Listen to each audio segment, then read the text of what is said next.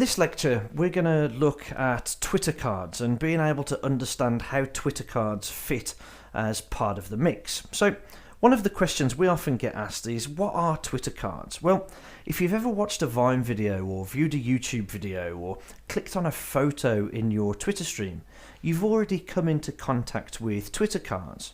Now, Twitter cards infrastructure is what allows us to have these rich media experiences that go far beyond the 140 character written message limit right within Twitter.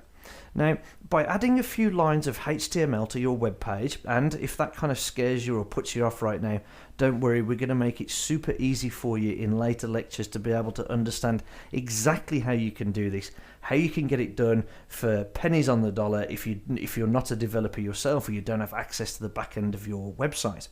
So by adding these few lines of HTML to your web page, you can create the type of rich media experiences no doubt you're already seeing in your Twitter feed for your audience.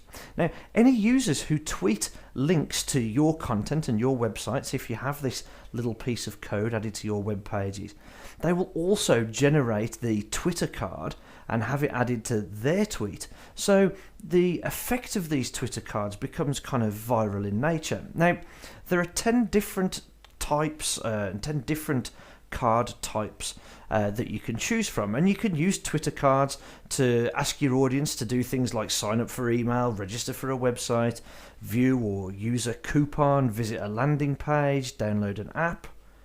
But the key thing is you can ask them to do all of those things without them ever having to leave Twitter.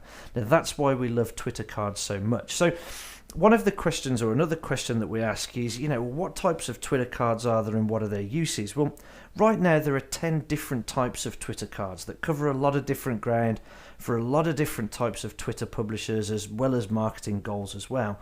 And in the next module, we're going to give you a rundown of each type with an example, what the card looks like in the Twitter stream, so you can be able to identify which Twitter card would be best suited for your needs.